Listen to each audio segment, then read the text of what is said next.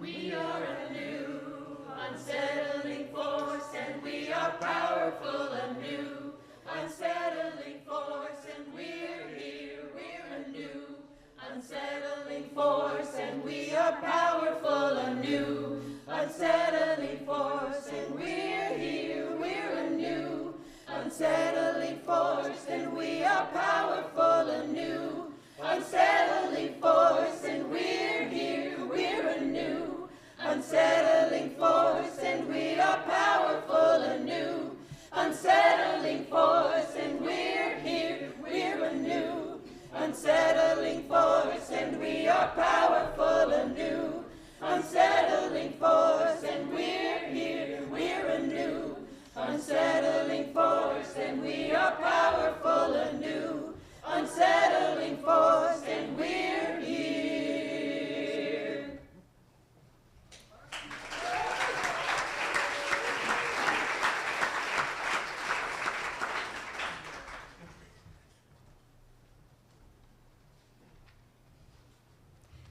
Good evening, everyone, and we're at church.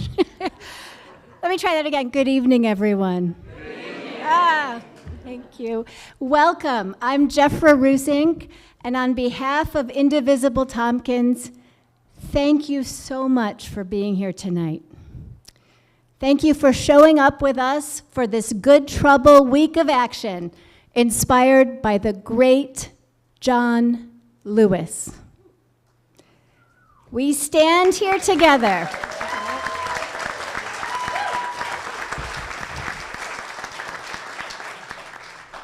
We stand here together with appreciation for the great risks, the hard work, and the lasting legacy of those who came before us. We honor John Lewis today with our commitment to taking action.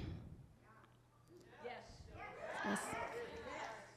Now we begin today with thanks to our hosts, St. James AME Zion Church.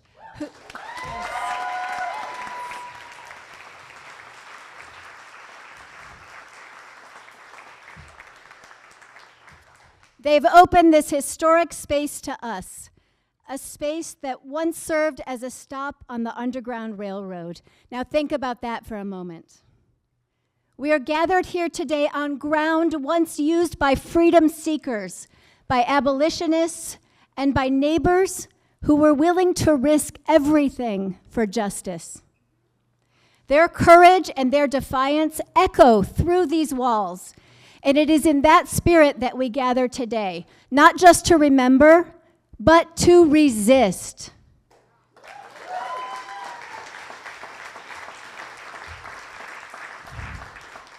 We gather now to fight for each other and for the dream of a democracy in which everyone can flourish. Thank you to our volunteers. Thank you, volunteers. You made every detail of this night possible. Thank you to Southside, who is providing extra space for us to gather. Thank you to our community for continuing to say yes to hope and for the hard work of organizing. And thank you to our speakers and our performers. These are today's torchbearers of truth, of clarity, and of courage. And finally, thank you to the people, so many people who donated to our emergency relief, food, and funding drive. Yeah.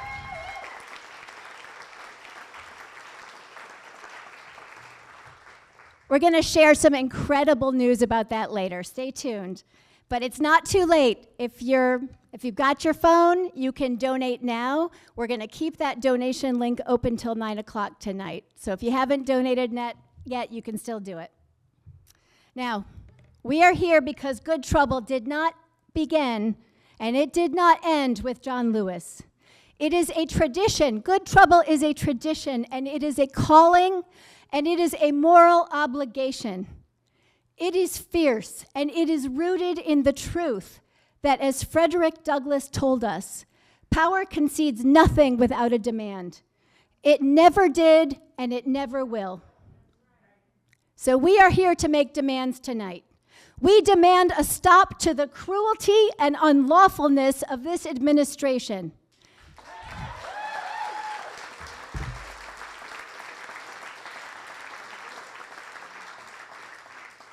We demand accountability for those responsible for the cruelty and unlawfulness.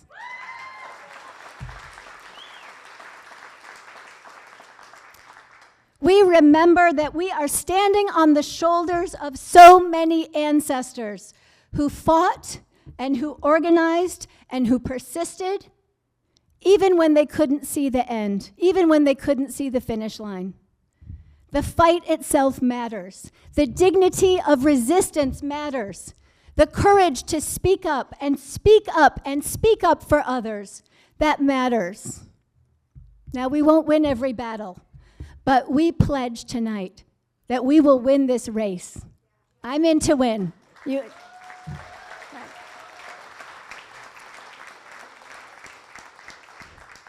Every time we step up, every time we link arms, every time we get in the way, every time we say not in our name, we honor the great John Lewis and those who fought before us, and we show the way to those who will follow us. Now let's continue to make good trouble together. Thank you for being here.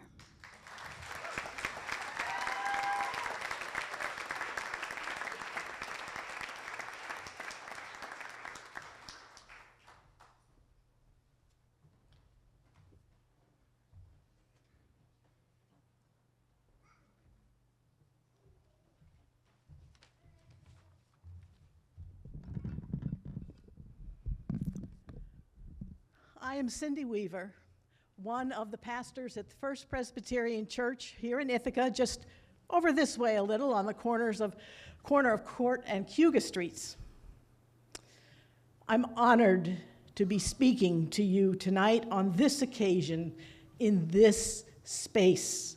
I'm going to repeat some of what Jeffra has just said, but it bears repeating. This space, this building, this community gathering place, this sanctuary. This space, which has been a true sanctuary over the years, a worship space on Sunday mornings, and probably other times too, and a true safe shelter for those seeking justice through the years. You probably know that Harriet Tubman and Frederick Douglass have been here, where we are. You know, this building likely was a stop on the Underground Railroad, and so we know the people of this community, this space, have been working for justice since the cornerstone was laid. And that makes this the perfect place in which to take a deep breath and breathe in the spirit of hope and justice that is found here, and to commemorate Congressman John Lewis here tonight. The publicity for this event highlighted a quote from John Lewis, who said, "Our struggle is a struggle to redeem the soul of America. It's not a struggle that lasts for a few days, a few weeks, a few months, a few years. It is the struggle of a lifetime, more than one lifetime. More than one lifetime." Please do not hear this and feel powerless and weary. I know many of us are already thinking, how much more of this can we stand? How many more rallies will we have to attend, signs be made? How can we tolerate 3.5 more years of this? When I find myself wondering such things or hear others asking this, I remind myself that in this country for over 400 years, our African American sisters and brothers have been fighting the evils of racism, but they are not, nor are we, nor any of us who care about justice, deterred in persistently seeking justice in spite of the slow speed of progress.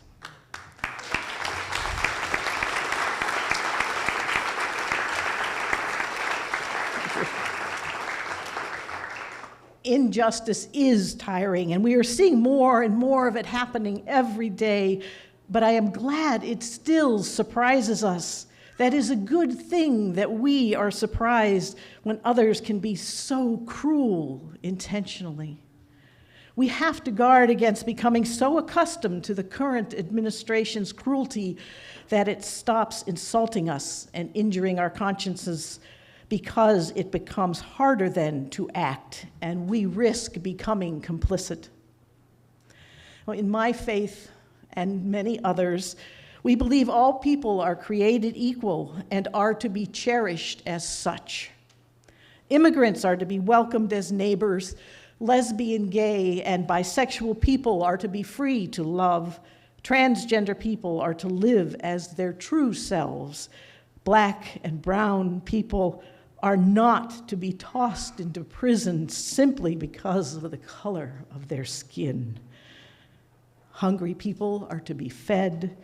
Sick people are to be given access to medical care. The unhoused are to have shelter. And that is just the beginning of the list. I fear the reality today is that the struggle for justice will indeed be a long one, but the words "more than one lifetime" are more than a statement about a length of time. They are my lifetime joining with your lifetime and your lifetime and yours, everyone's, so that we are more than one lifetime together.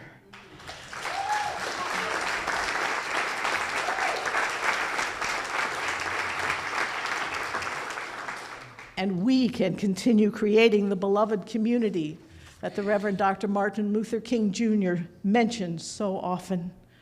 It has begun. Just look around and know that there are over 1,000 such gatherings going on in the country tonight. John Lewis also said, we must not be afraid, we must be hopeful, we must be optimistic, we must never hate, and we must continue to move our feet, just as he did on the Edmund Pettus Bridge 60 years ago. So take a deep breath. Take a deep breath of the spirit of this space.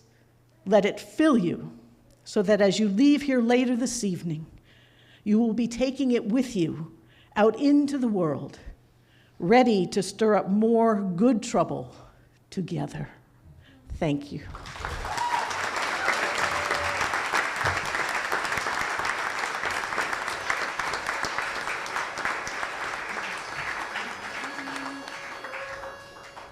All right, we are the Resistors Chorus, and this is Good Trouble. Our mistreatment was just not right, and I got tired, I got tired.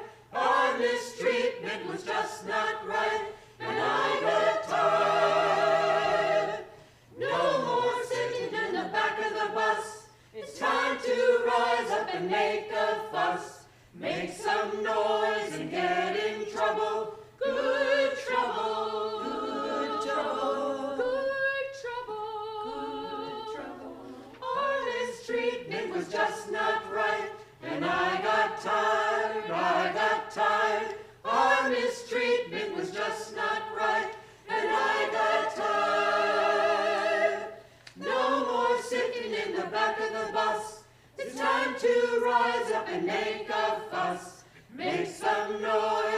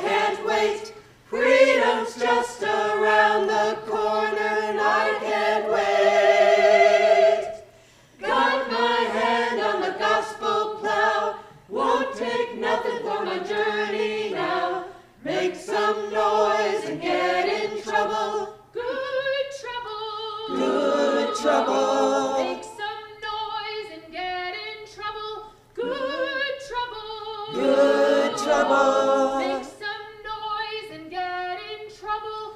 Good trouble.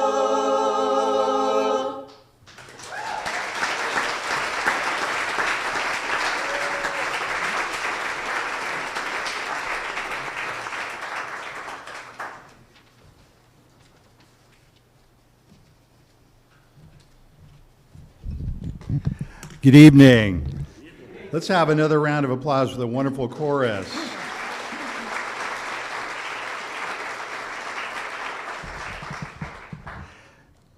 Do not get lost in a sea of despair.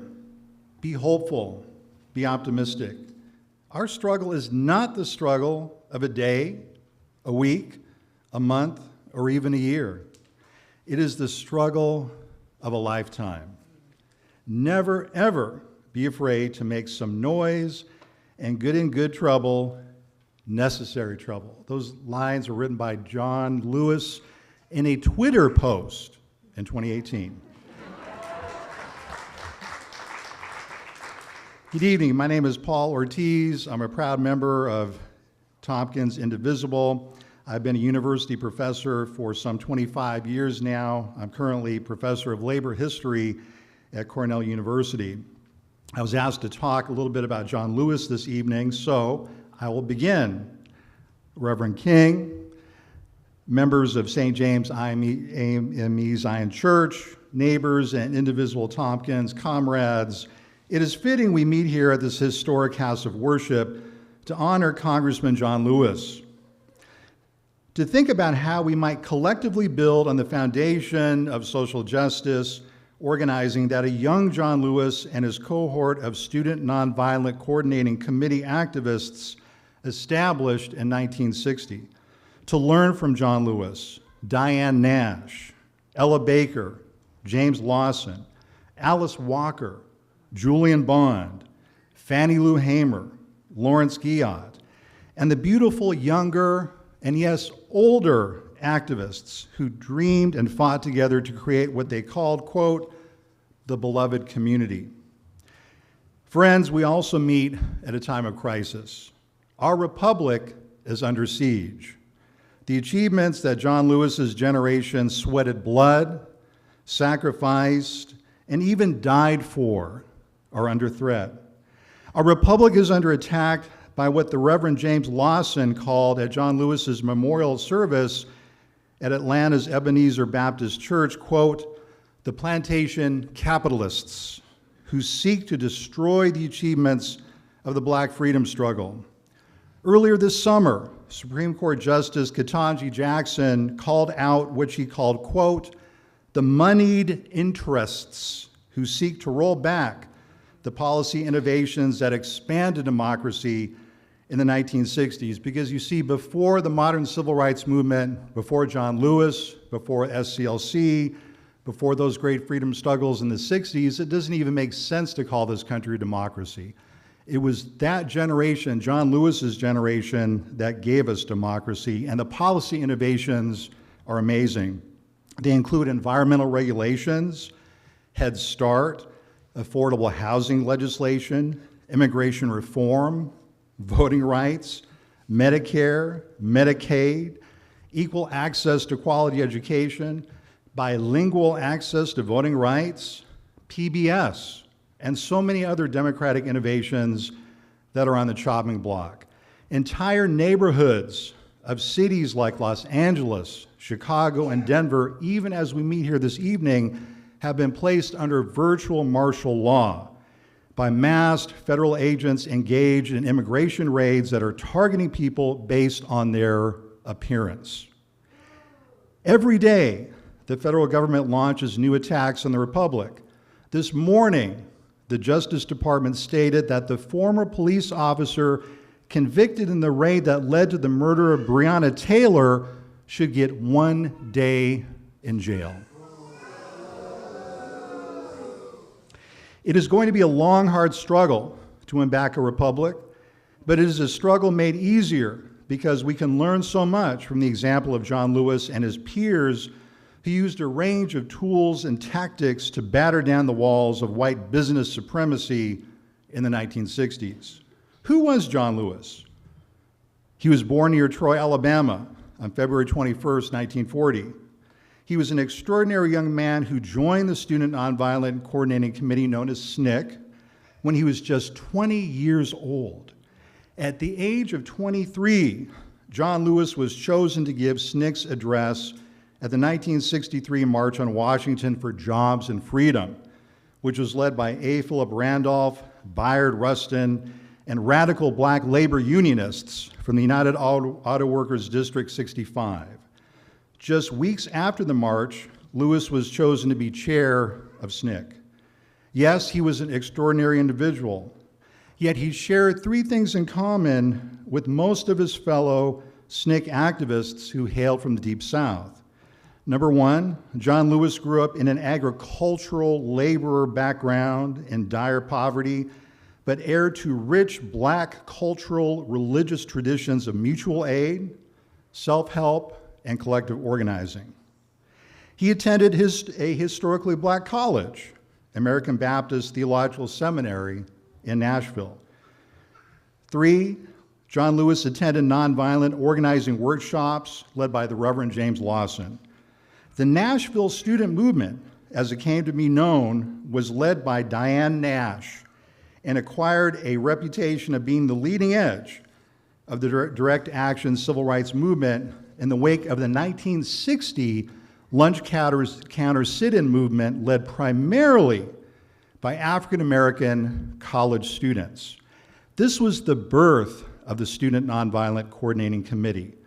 The sit-in protesters faced extreme violence. Many, like John Lewis, were physically beaten, incarcerated, and blacklisted from gainful employment for their brave stance against white supremacy.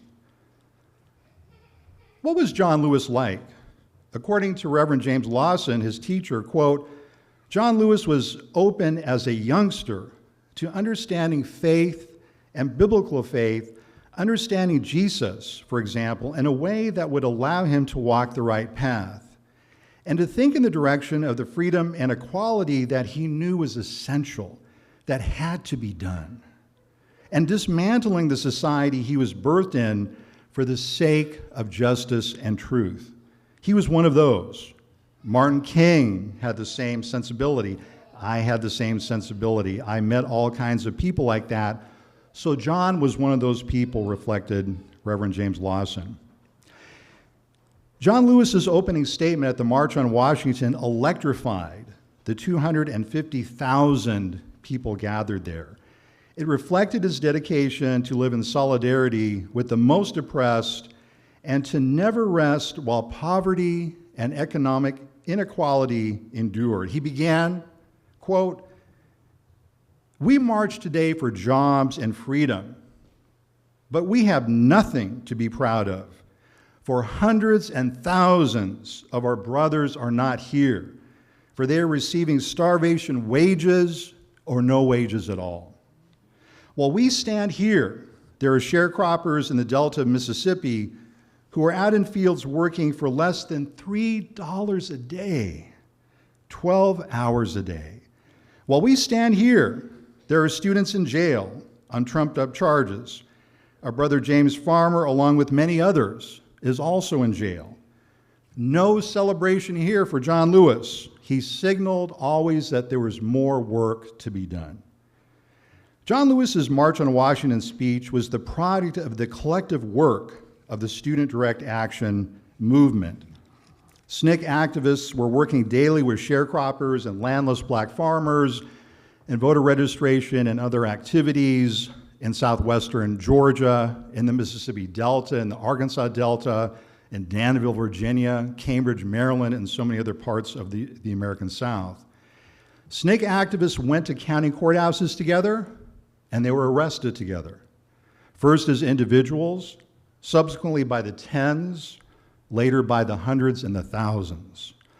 Lewis and SNCC organized freedom rides, freedom schools, the Mississippi Freedom Democratic Party. They organized labor unions and countless other actions in support of human rights. SNCC and the Black freedom struggle was also engaged with the Third World Liberation Movement. And in turn, their activism fired the imaginations of oppressed people throughout the entire globe. In fact, it was the stubborn activist persistence of John Lewis and his comrades in SNCC who refused to accept the status quo that embarrassed the federal government into action with the 1964 Civil Rights Act and the 1965 Voting Rights Act, among many other pieces of legislation. In his March on Washington speech, John Lewis said, quote, "We are now involved in a serious revolution. This nation is still a place of cheap political leaders who build their careers on immoral compromises and ally themselves with open forms of political, economic, and social exploitation. The only way to keep political leaders honest was a steady stream of social justice activism." Historian Howard Zinn, fired from his teaching job at Spelman due to his civil rights activism, described John Lewis and his fellow activists in his 1964 book, SNCC, The New Abolitionists. Dr. Zinn noted, quote, "These are young radicals. The word revolution occurs again and again in their speech, yet they have no party, no ideology, no creed. They have no clear blueprint for a future society, but they do know clearly that the values of present American society, and this goes beyond racism to class distinction, to commercialism, to profit-seeking, to the setting of religious or national barriers against human contact, are not for them. They are prepared to use revolutionary means against the old order." John Lewis took SNCC's values, the values of the Black church, and his belief in nonviolent direct action and the beloved community with him into the U.S. Congress in 1987 until his death on July 17, 2020. 30-plus years of congressional service merits a much lengthier chunk of time, but I've already talked well beyond what some would call a Baptist minute. A Baptist minute for Catholics, by the way, is 3 minutes, I think. But I'd like to conclude my address, and I realize this is an AME Zion Church, I know that, okay. But I'd like to conclude my address by asking this, sorry, that didn't come out very well. I rehearsed that many times, anyway. But I'd like to conclude my address by asking this audience how much better off we would be as a country right now if we had just had the courage to listen to John Lewis in 2002.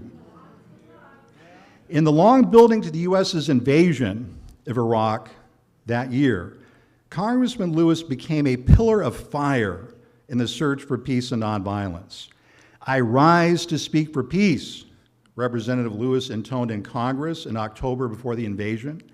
"What fruit will our actions bear, not just for us, but for our children, and not just for the children of our own land, but the children of the West and the Middle East and the world? What do our children gain," Congressman Lewis asked, "when we have destroyed another nation? What do we gain when we have killed hundreds of thousands of their men, women, and children?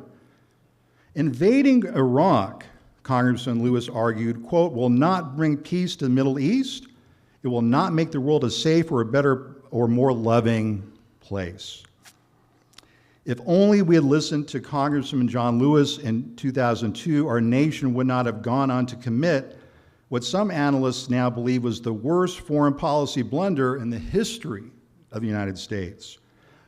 John Lewis taught us that war is never the answer, not in Iraq in 2003, not in Gaza in our own time.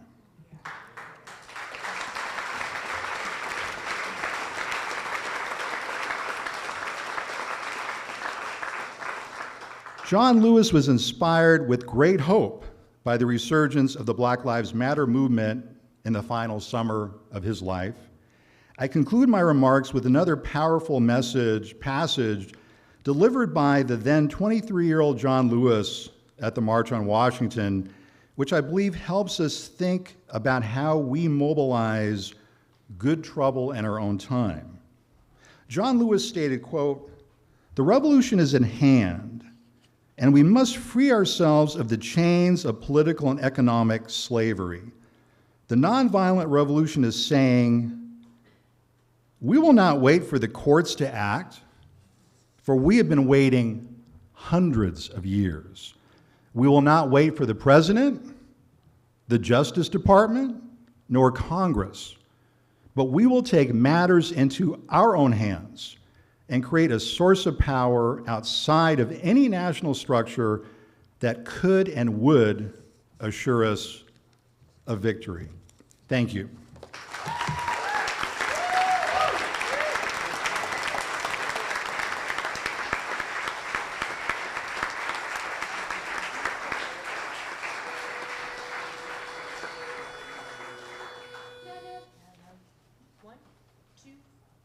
None of us are free. None of us are free. None of us are free. One of us is chained. None of us are free.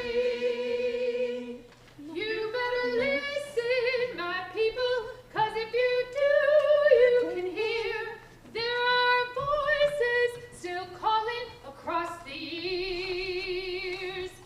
They are crying across the ocean, and they are crying across the land, and they will till we all come to understand.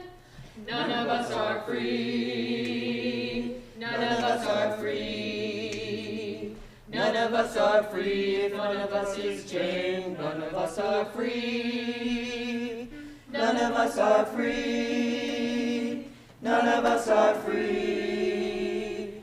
None of us are free. If one of us is chained, none of us are free. None of us are free. None of us are free. None of us are free. If one of us is chained, none of us are free. None of us are free. None of us are free. None of us are free. If one of us is chained, none of us are free. None of us are free. None of us are free. None of us are free. If one of us is chained, none of us are free. None of us are free. None of us are free. None of us are free. If one of us is chained, none of us are free.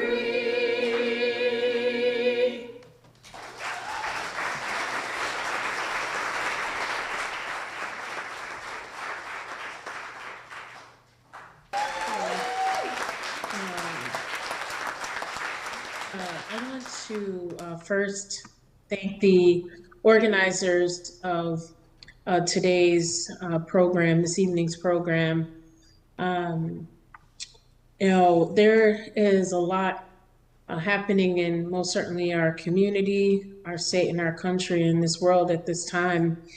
And so today's pausing to reflect on the passing of one of our great icons, one of our moral leaders, and Congressman John Lewis, and the call to action that he had for all of us to get into and create good trouble.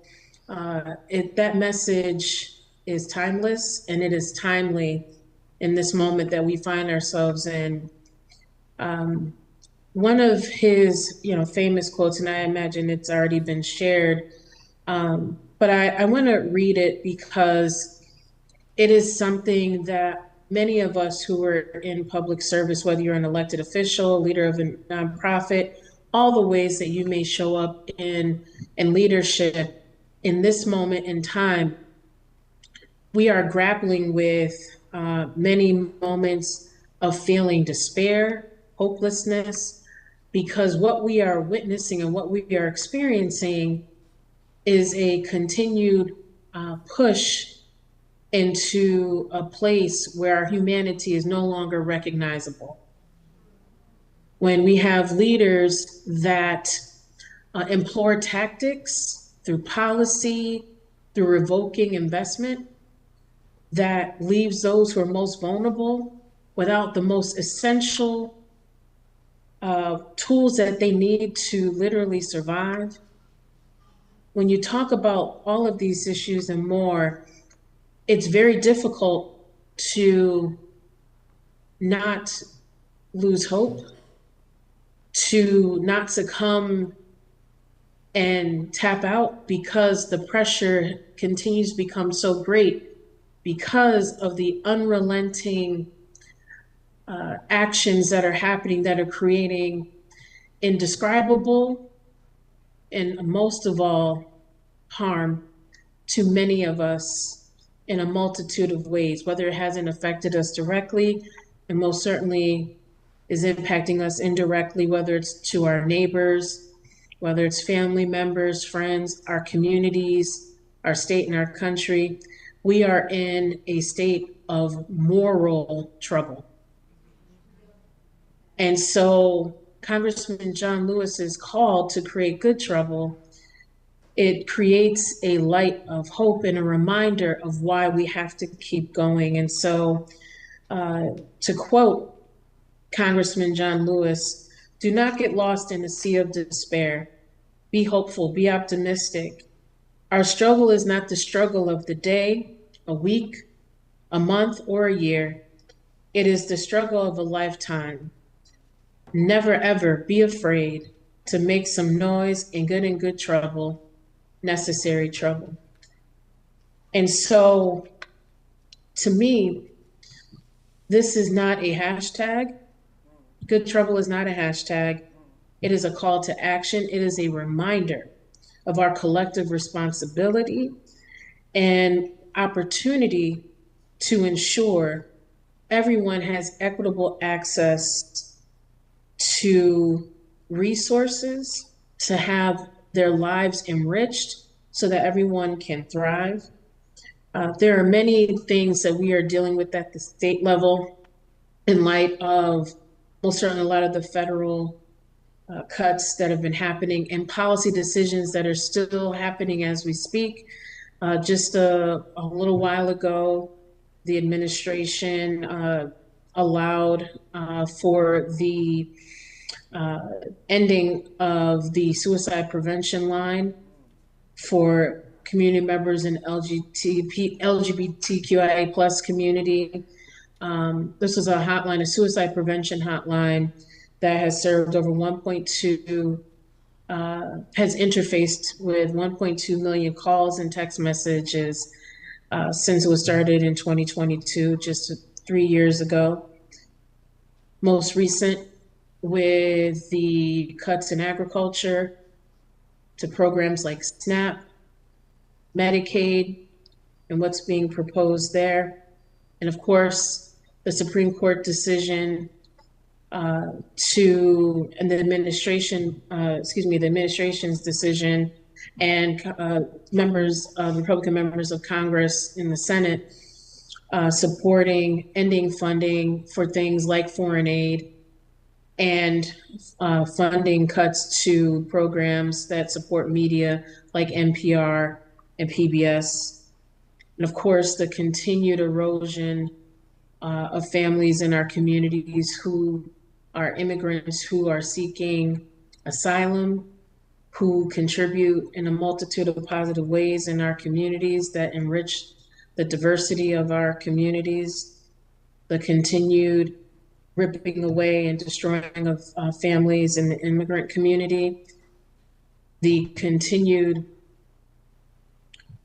challenges and augmenting of individuals who are committed to ensuring that no justice is served in a multitude of areas. Just today, there was another decision, a push from the Justice Department for the officer that was involved in the killing of Breonna Taylor to just be sentenced to 1 day. And as I've said at the top of our conversation, every day, the unrelenting drive to push us into a place where we no longer recognize our shared humanity.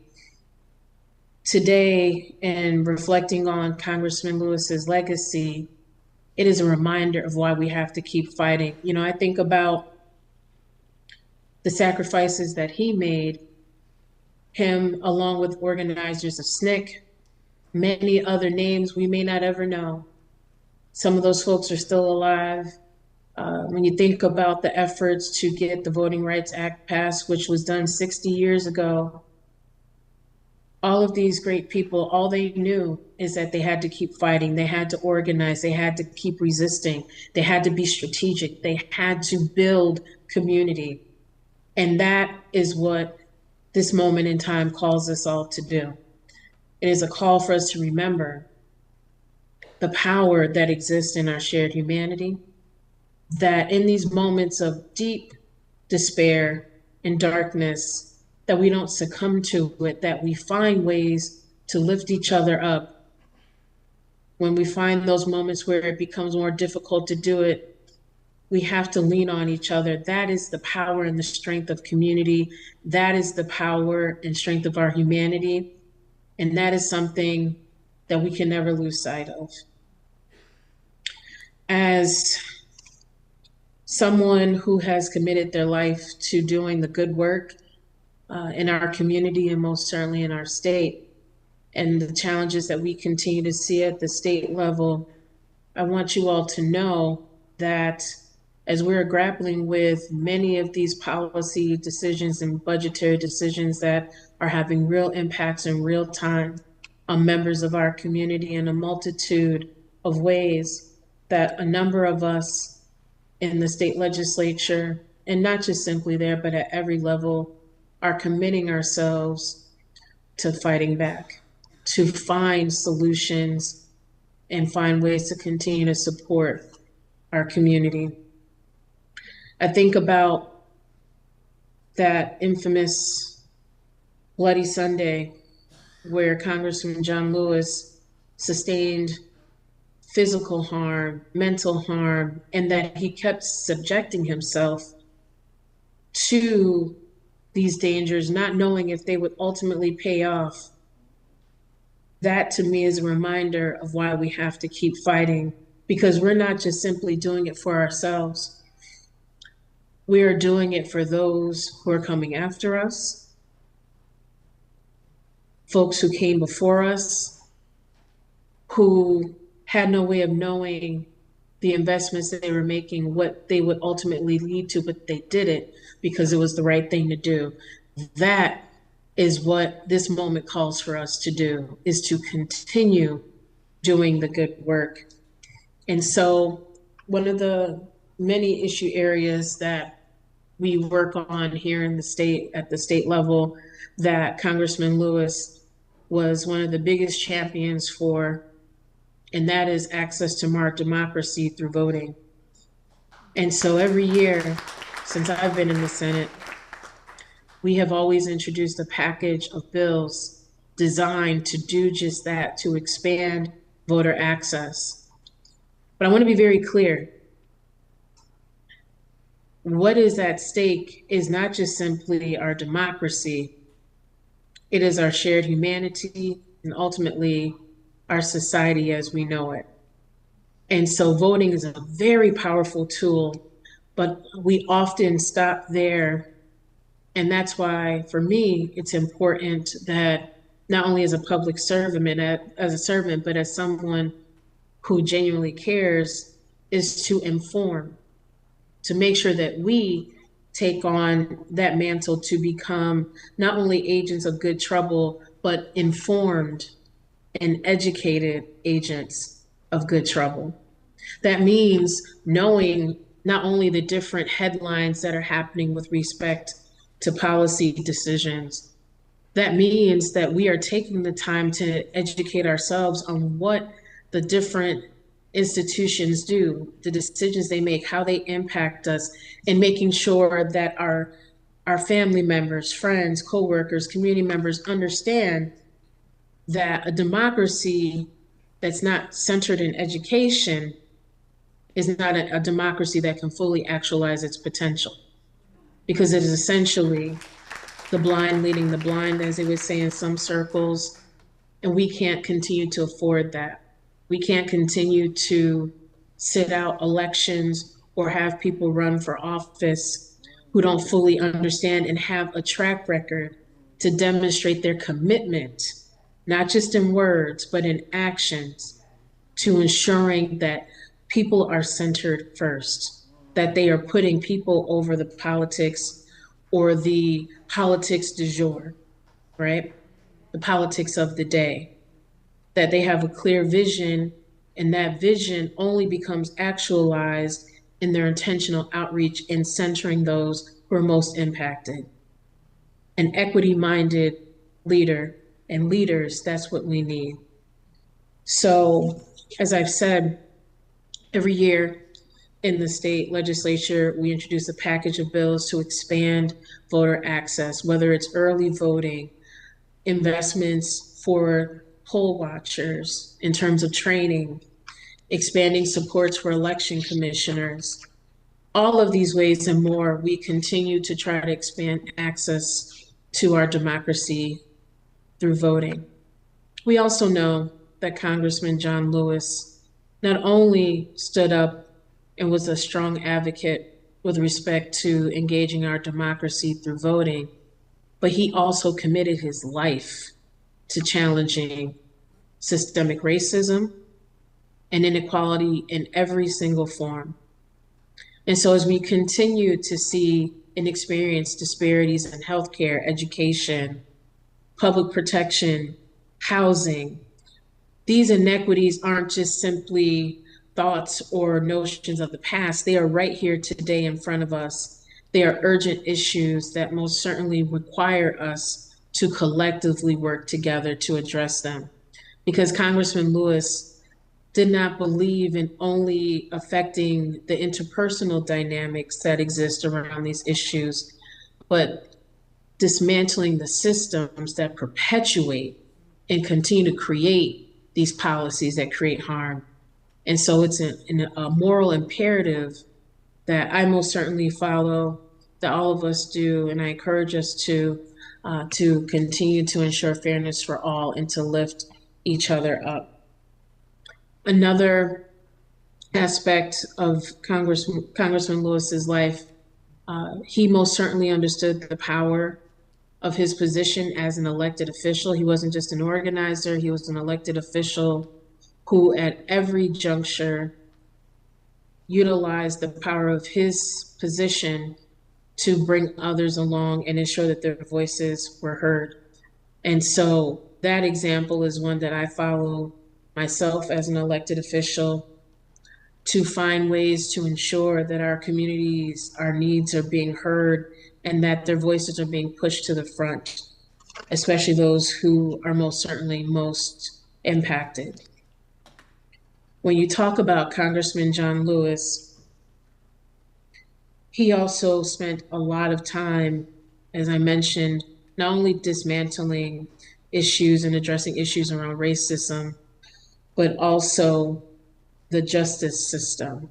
And so, again, it is so important that we become informed, that we stay connected as a community on the issues that are happening, that we find ways to support, especially as we continue to unpack what these respective federal cuts mean for our communities and how can we hold together and support one another. And these are some of the conversations that we're having at the state level as legislators to figure out how can we continue to invest and find ways to support those who are most vulnerable, and most certainly all of our working families, small businesses, our communities overall in this great state of ours. The last thing I will lift up of the many lessons from Congressman John Lewis, I want to share a personal story of a good friend of mine who was a mentee of Congressman John Lewis. She worked for him in Georgia as one of his interns. And one of the many things I appreciate about Congressman John Lewis is that he truly believed in paying it forward. He understood the assignment when it comes to engaging and informing the next generation, creating a pathway for leadership. And so that is what makes our democracy strong, is how do we pay it forward? How do we engage those who have yet to fully actualize what our democracy can mean, because they're just learning about it, right?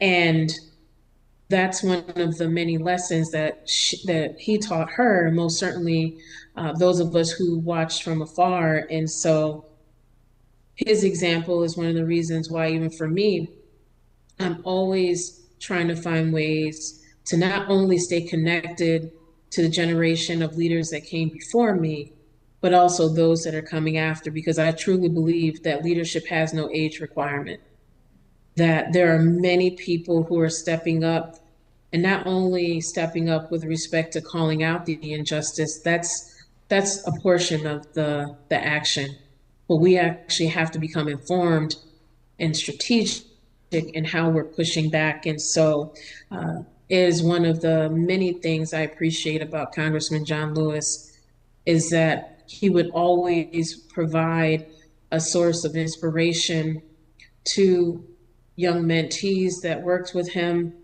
to anyone that came across his path.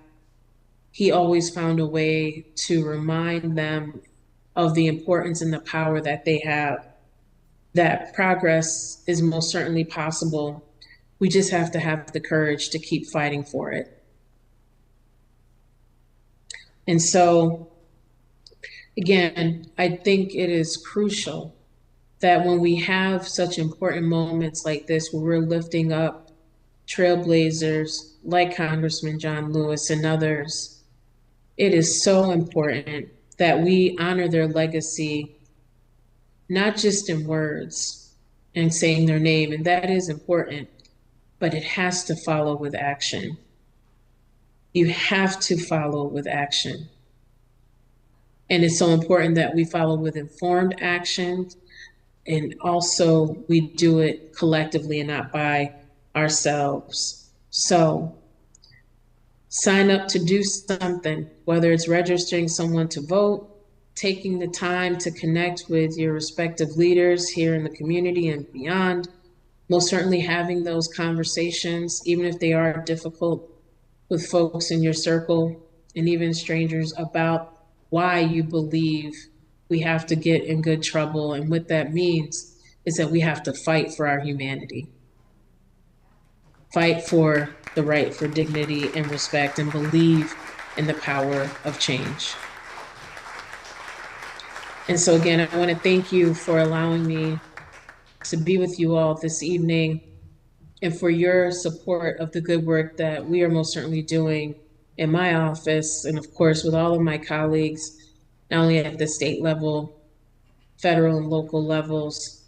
And I don't just mean that from a government standpoint. I'm talking about all the leaders that we are, and most certainly future leaders that will come. And for those that came before us, may we continue to honor their legacy by getting in good trouble and doing the good work. Thank you all so much. Thank you. Yep. Yeah.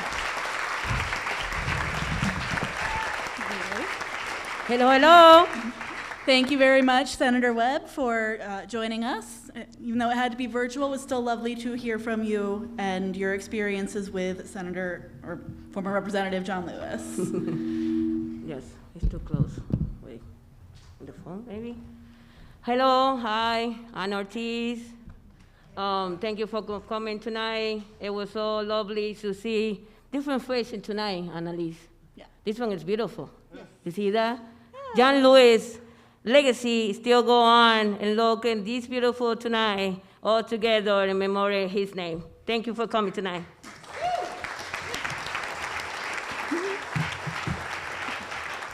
So we are up here to give a status update on the food and funding drive that has been ongoing this week, closing tonight. There's still time.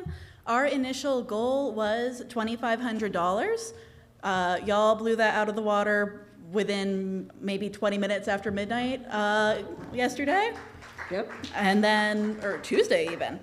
And as of right now, we are actually at, give or take some of the cash we haven't counted yet. She's Good. Making you do that, that'll be about $7,200.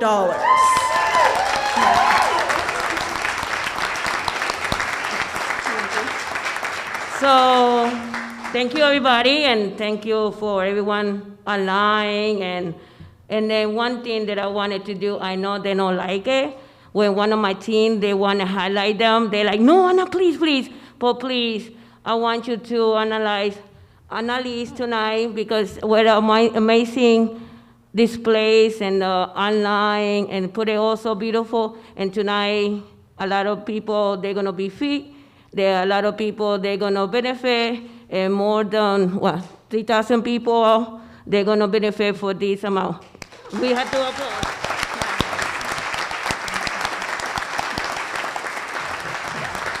She deserves it, but I know I'm in trouble, but you know what I mean? Oh wait, it's a good trouble. It's a good trouble.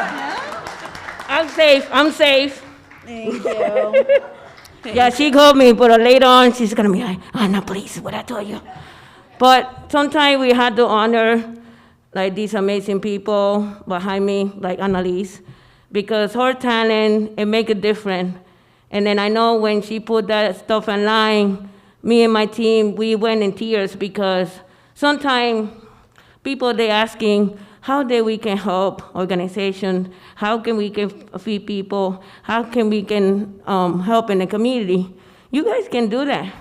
You can just volunteer yourself, or, register with Indivisible Tompkins, and trust me, I'm part of that. We're gonna put you to work. So stay tuned. I just said it. It's online, it's recorded, so later on, I'm just telling you tonight. So it's nothing new, and thank you for everybody to be here. And we are very, very so appreciate, the efforts the community give it to us. And then if anything, you can stop by at the Henry St. John every Thursday, 4 to 6. And then please be having some comfortable shoes and comfortable clothes, because we're gonna put you to work. And thank you. Good night.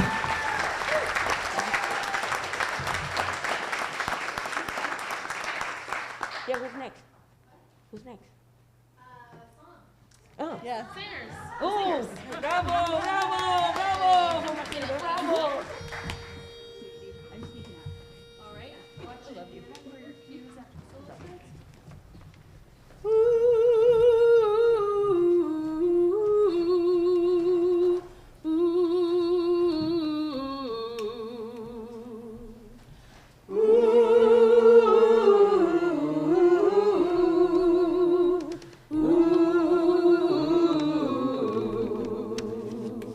Well, I marched through the storm, and I marched through the rain, and I marched through some sickness and some heartache and pain. And I laid on the ground, and I looked up at the sky, and I prayed to the Lord up above and asked why. But I'm not tired, I'm not through marching yet. And I'm marching till I die, oh children, this you can bet. And we say, I am gonna sing out. I'm gonna march on. Everybody sing. I am gonna sing out. I'm gonna march on. I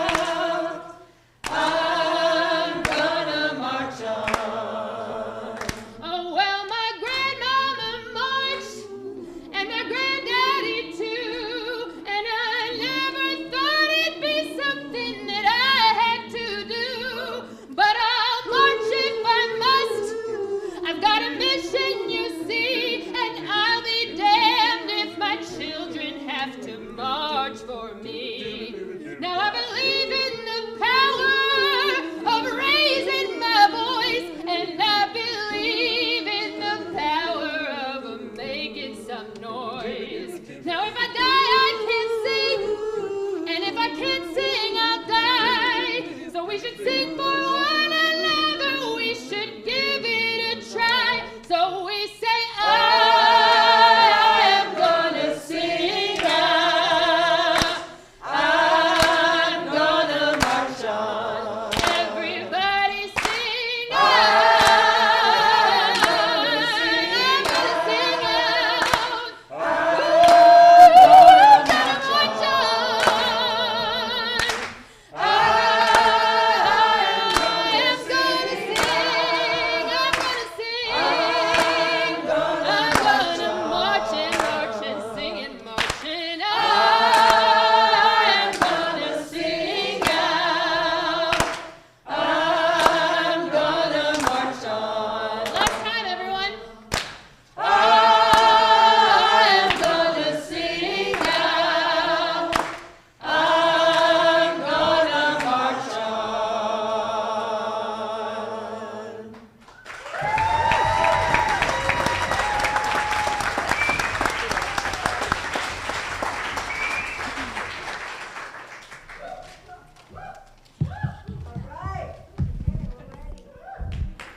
That's what we call soul.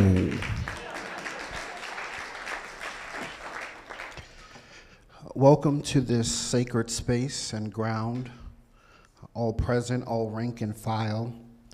I want to celebrate those ministers that stand in the pulpit with me. Reverend Mabel Welch, just wave your hand. Reverend Dr. Kenneth Clark Sr., Reverend Yolanda Clark.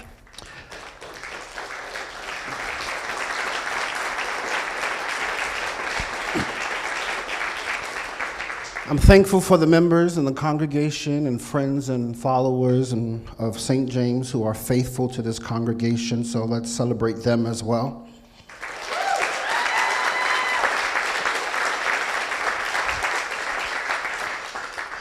And I want to shout out, in the words of Tupac, Mama, I love you. My mom who's in the back, just wave your hand.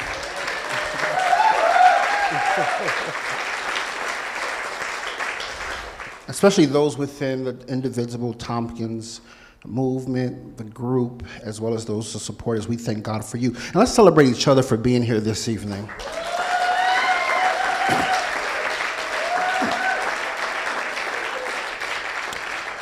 Can you do me a favor? If you have the ability to, can you please stand to your feet? I just want to get the stretch out. I know y'all been sitting for quite some time. I'm a special education teacher, so I know what it means to move. Please remain standing. I want you to just get your bearings to remember where's your left hand and where's your right hand. I'm going to ask if you could take one step to your left. For some of us, the other left. Take one step to your right and grab your seat.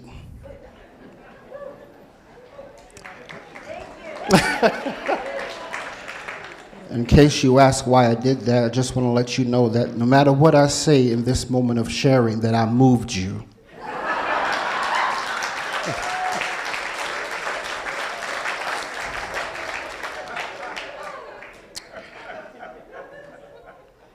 I want to preemptively, before I give my time that is allotted to me, that I'm not a voice of the people, I'm a one voice within the people. If you're ready, Mr. Paul Will, thank you. You can start.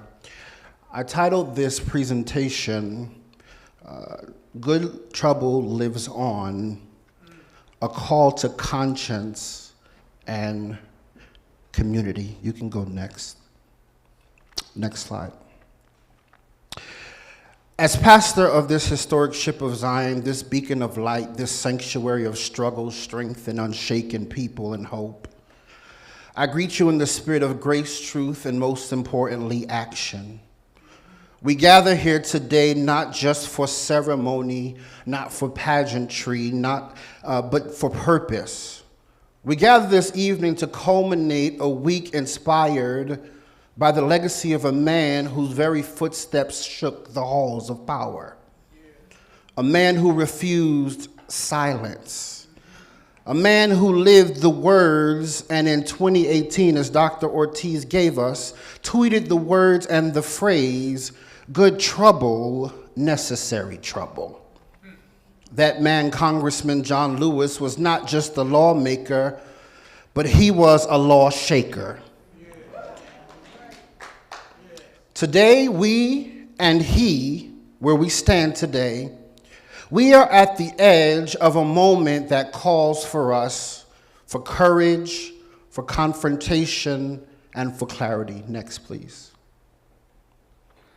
Our friends and co-laborers of Indivisible Tompkins have held discussions and walked around the community to galvanize constituents and stakeholders in action. Their primary goal has always been simple: to support the local community and promote democracy. Now, what is democracy? According to Merriam-Webster, democracy, next please. Democracy is government by the people, rule of the majority, in which the people elect representatives to make decisions, policies, and laws according to law. Let me put this plainly. Democracy is what we do. It's not something you inherit like a family heirloom. Democracy is not a muscle. Democracy is a muscle. It must be stretched, it must be worked, and then sometimes it must be wrestled down from those who have made it their business to corrupt it.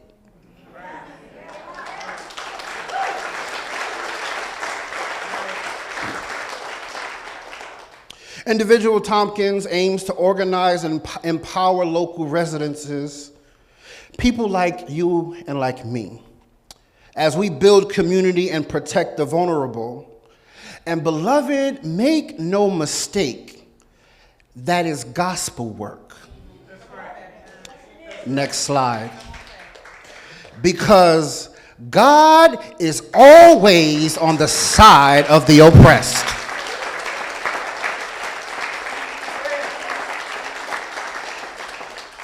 This evening, I stand behind this sacred desk with a heavy heart and a holy burden. Like Congressman Lewis, I stand here in a time of crisis, a time when truth feels negotiable, when power is abused, and when justice is not blind but bound and gagged. What I say today may be hard, it may sting, it may suck, but it's necessary. Because silence is not an option, Miss Lee. Apathy is not a strategy, and neutrality in these times of moral conflict is complicity.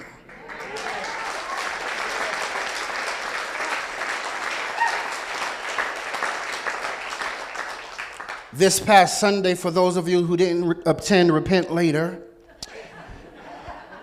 Lieutenant Governor Antonio Delgado said something profound.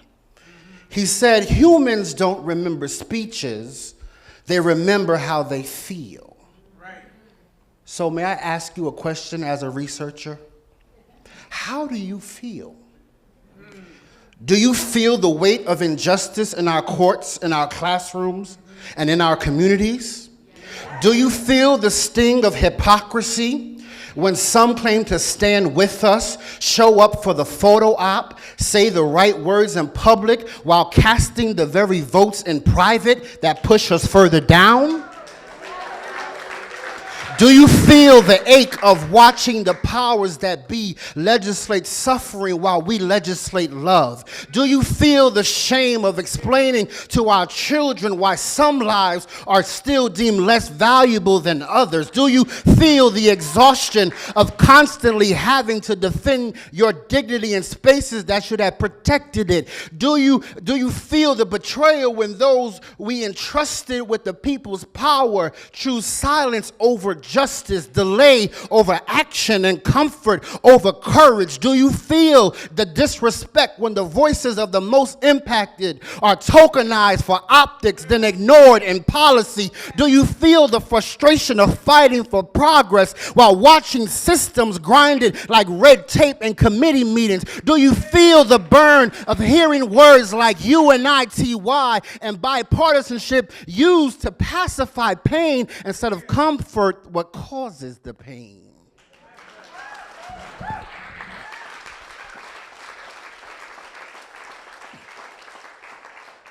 The level of disgust for the actions associated with the frailties of humanity and a truly inclusive world is immeasurable.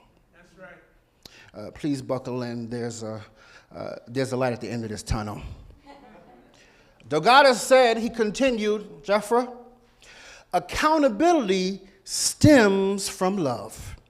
Can you turn to your neighbor and say, I'm going to hold you accountable? Just turn to your neighbor and say, I'm going to hold you accountable. Y'all are in a black church. We got to have black church moments.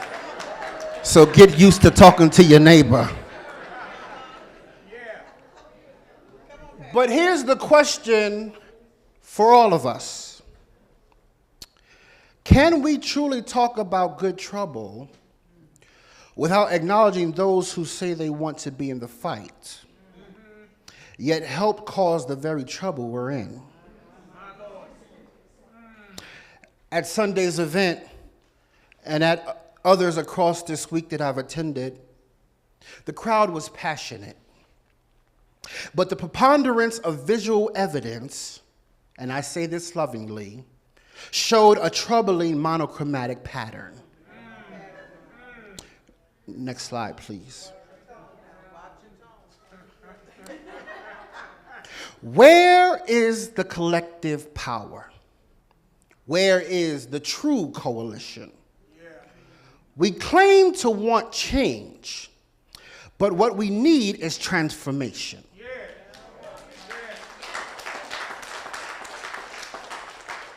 And transformation can only take place and can only happen when we reconcile and deal with the real. That's right. Beloved, we will be living under the ramifications of such a legislation like the baffling bureaucracy bill and drowning in political uncertainty.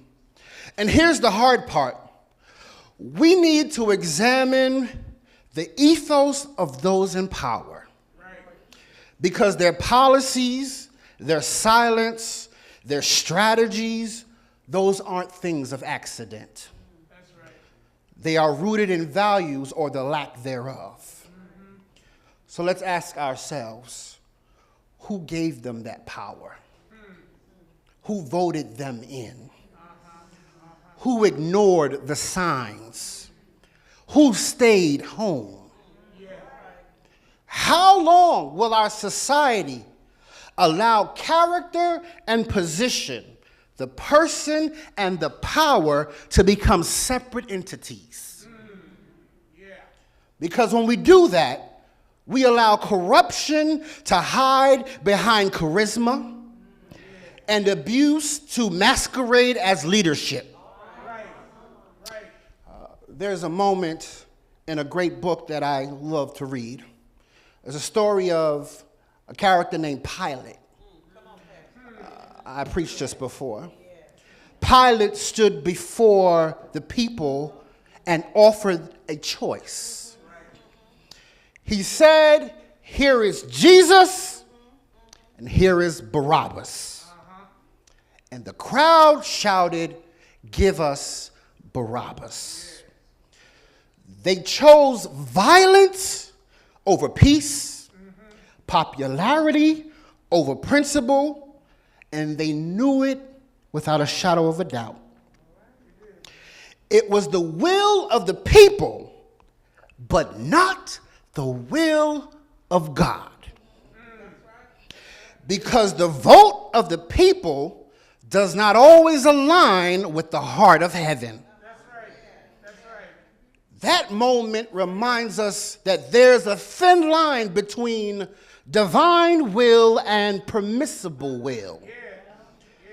God may allow it, but that doesn't mean God approves it. And when we find ourselves choosing Barabbas again and again in our politics, in our systems, in our silence, we all need a soul check.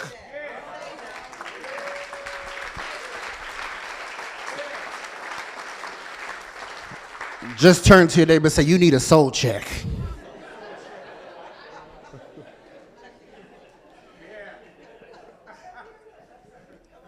Because when we normalize choosing what's easy over what's right, we become complicit in the very ideologies that crucify love and crown injustice. We must realign ourselves, body, mind, and soul, so that we never return to the old ways, to racism, to ableism, to sexism, to classism, to every ism that stands in opposition to the image DEI. God is the image of DEI.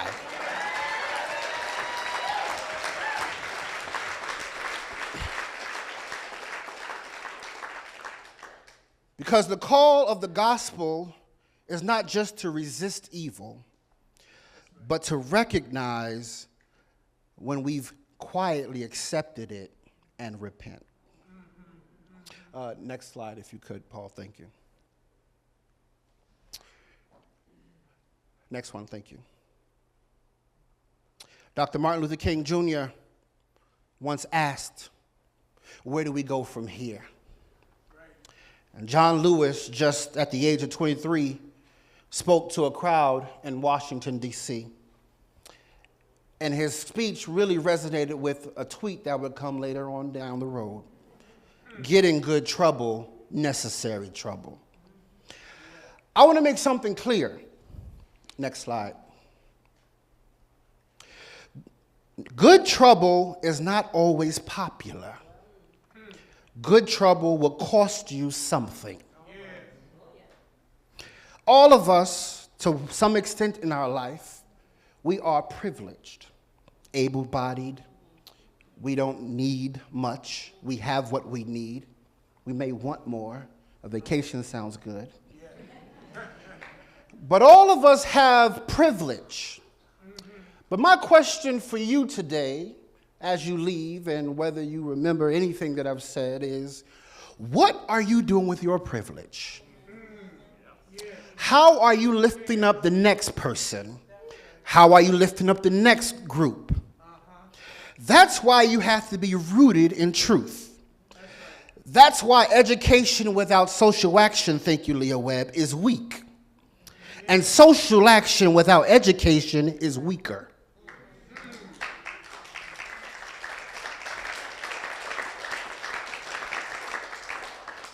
I'm out of my time, but I want to let you know. So what do we do? Someone say, what do we do? Next slide, please. We go for broke. We watch our vote. And we hold all accountable. Because good trouble is necessary. Good trouble is necessary for good results. Good trouble is necessary for good resolve. Good trouble is necessary for good relationships. Good trouble is necessary for good initiatives. And in the words of John Lewis, we must say to the politicians that there won't be a cooling off period, that we're going to hold you to the fire until these radical laws and legislation you put into effect no longer hurt our children and our children's children. We ought to have a no chill in our voice. No cooling off because the fire is still burning. No cooling off because our people are still hurting. No cooling off because justice is still delayed and denied.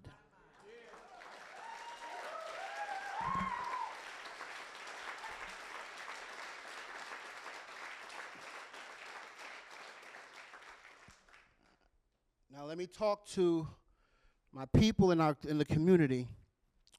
Here in the sound of my voice. We want inclusion. For all, regardless of faith, regardless of belief, regardless of lifestyle. But how dare we shout about change out there while ignoring the trash piled up under the carpet right here? Charity starts at home. Let's not talk about fighting injustice in D.C. or Texas or the Supreme Court if we don't deal with what's happening on in 14850 in Ithaca, New York, in our own zip code. I don't know how serious I'm going to take your activism, your allyship, when our schools are struggling to maintain BIPOC representation in the classrooms. I don't want your activism and your advocacy when our town halls are filled with corrupt politicians and university presidents and college and directors and leaders. I don't want your advocacy and your allyship when some of our own churches are struggling just to keep the doors open, and we have to have a fundraiser after another fundraiser to remind the community, the gym that they are sitting in right now. But because we have to understand and know that we all have to be in this together.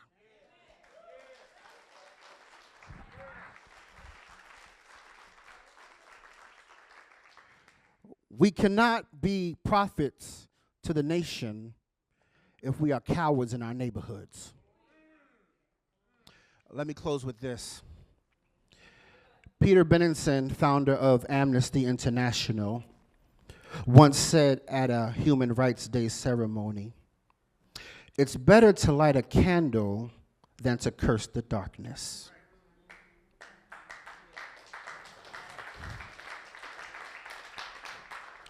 With all that I've shared with you, there's going to have to come the point where we're going to have to not only just acknowledge the darkness, but what is the light that you have? So today, light your candle. Just turn to your neighbor and say, light your candle, light your candle.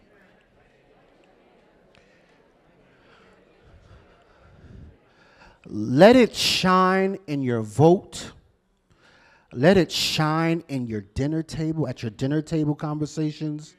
Let it shine in how you use your privilege to lift up the multiply marginalized.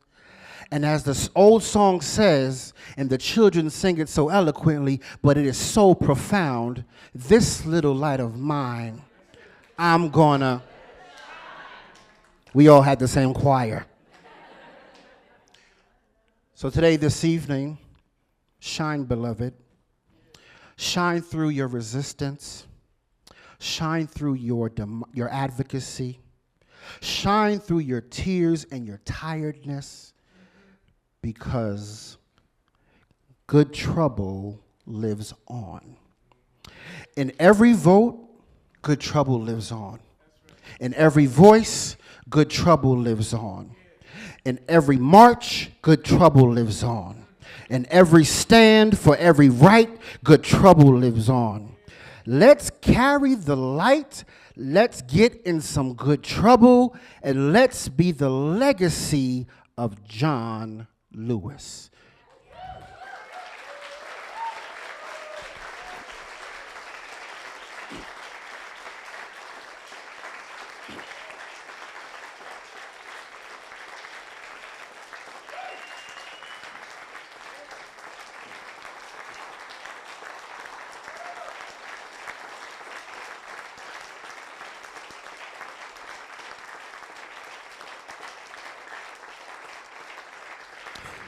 Please remain standing.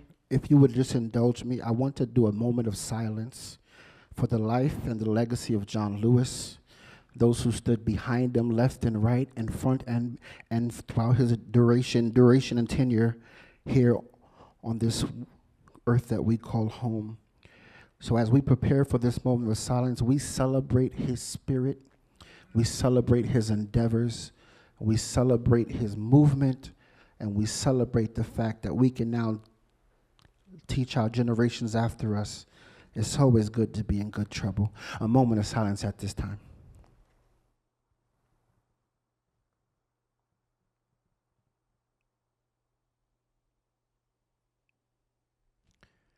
Amen. Ashe.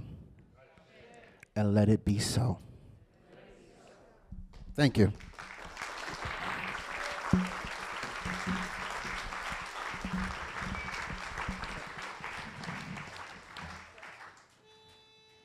right, we have one more song for you, and we hope that you will join us in singing.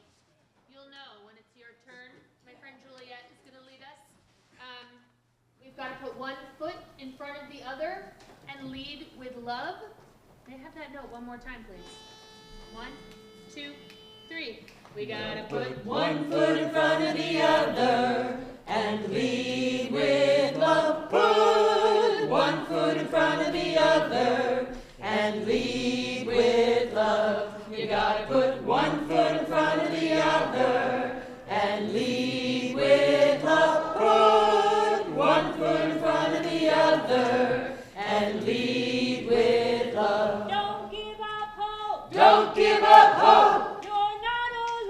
You're not alone. Don't you give up. Don't you give up. Keep moving on. Keep moving on. 'Cause you gotta put one foot in front of the other and lead with love. Put one foot in front of the other and lead with love.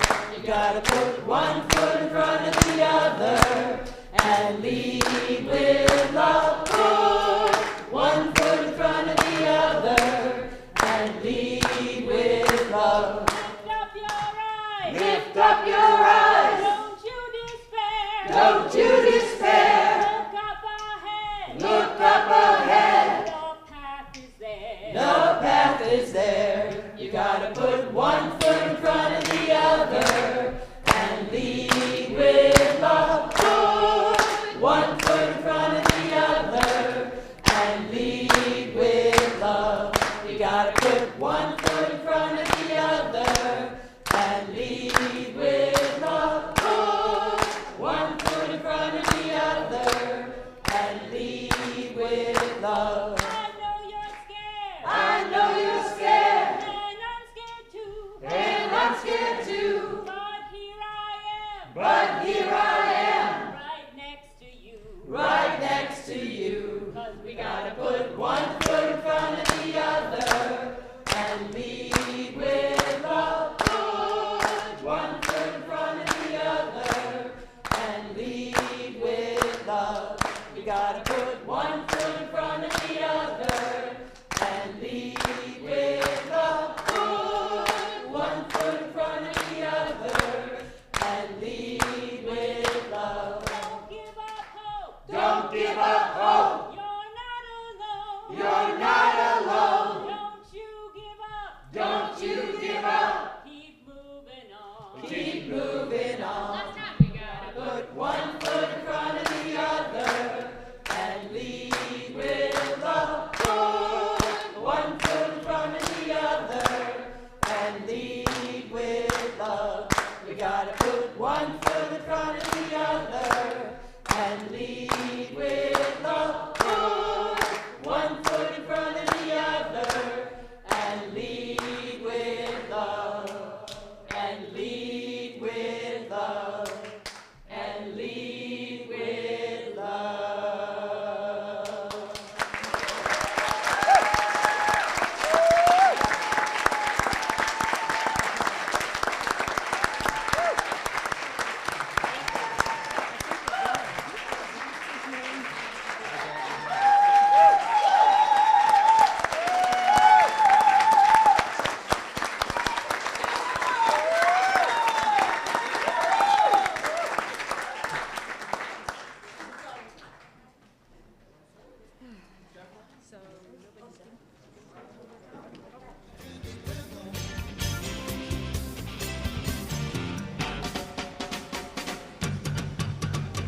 I'll say good night to everybody. Thank you so much for coming. What a wonderful evening we had together. And let's do more.